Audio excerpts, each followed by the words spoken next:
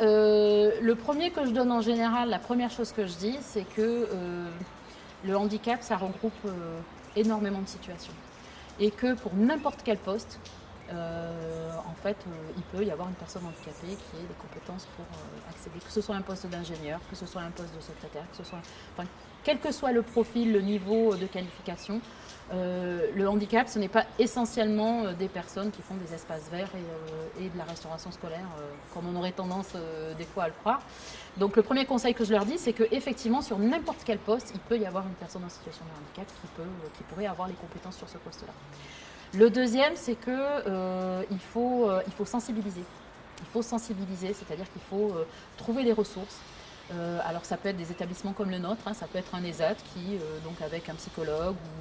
ou un responsable de service, qui viennent dans l'entreprise et dans le cadre d'une formation, par exemple, d'une demi-journée de sensibilisation, vient expliquer un petit peu ce que c'est que le handicap, qu'est-ce qu'on fait dans les structures médico-sociales qui accueillent des personnes en situation de handicap.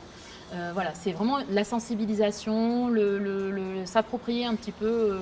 le handicap et essayer de montrer que effectivement c'est pas forcément casser un peu cette image négative en fait. Hein. Ce que je donne aussi comme autre conseil, c'est l'accompagnement.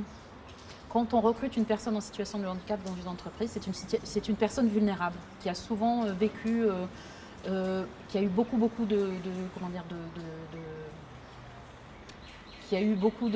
qui a dû se battre dans sa vie pour aller à l'école, souvent, pour aller travailler, souvent,